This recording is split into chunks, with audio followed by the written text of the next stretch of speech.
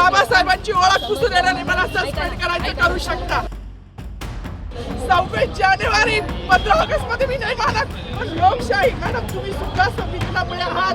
पालकमंत्री सुद्धा पालकमंत्री संविधानामुळे आहे.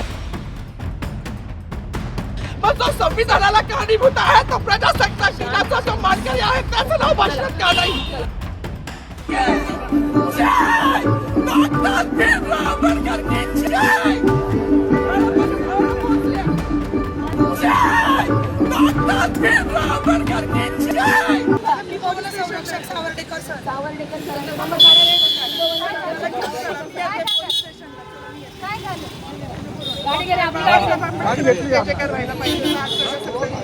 आणि एक नागरिक म्हणून माझी मागणी रस्ता सांगितलं पाहिजे ना, सांगायला पाहिजे. माईक मागत होते, ऐका ना, ते माईक मागत होते पण त्यांना दिलं नाही. आम्हाला आमचं म्हणणं मांडायचं होतं. आम्हाला आमचं म्हणणं मांडायचं. आज ऐका ना, आज खाकी वर्दी असेल किंवा आपण इथं कोणापुढे वर्दीवर मतदान करू शकतो. कोणापुढे आहोत मॅडम? बाबासाहेब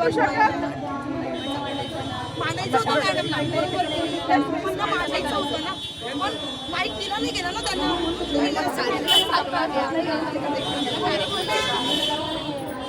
चला ना मॅडम, मी स्वतः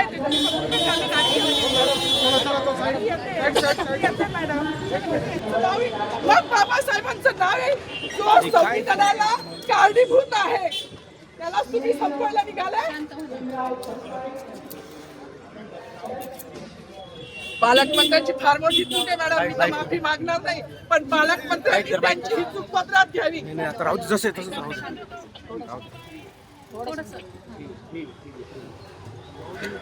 मला मीडियाशी घेण्याने मॅडम मला सस्पेंड केलं. मी मारूनचे गाड्या उपसील, मी माती काम करेन, पण बाबासाहेबांची ओळख पुसून येण्याने मला सस्पेंड करायचं करू शकता. मॅडम बाबासाहेबाला संपवायचं काम करायचं नाही. 26 जानेवारी 15 ऑगस्ट मध्ये मी नाही मानत, पण लोकशाही मॅडम तुम्ही सुद्धा संविधानामुळे आहात. पालकमंत्री सुद्धा पालकमंत्री संविधानामुळे आहे. कोणताही जाती भेद नाही, सगळी समानता त्यांनी दिली आहे. आमच्या कानातूनच होते बाबासाहेबांचं नाव आता तरी भाषणात येईल, मग तरी भाषणात येईल. ज्या लोक संविधानाला लोकशाहीला कारणीभूत आहेत त्यांची नावं वारंवार घेतली गेली.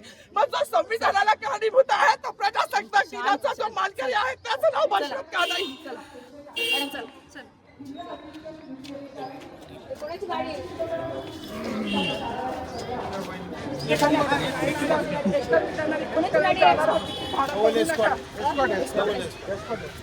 अरे माझी गाडी असेल ना रे, गाडी आण रे.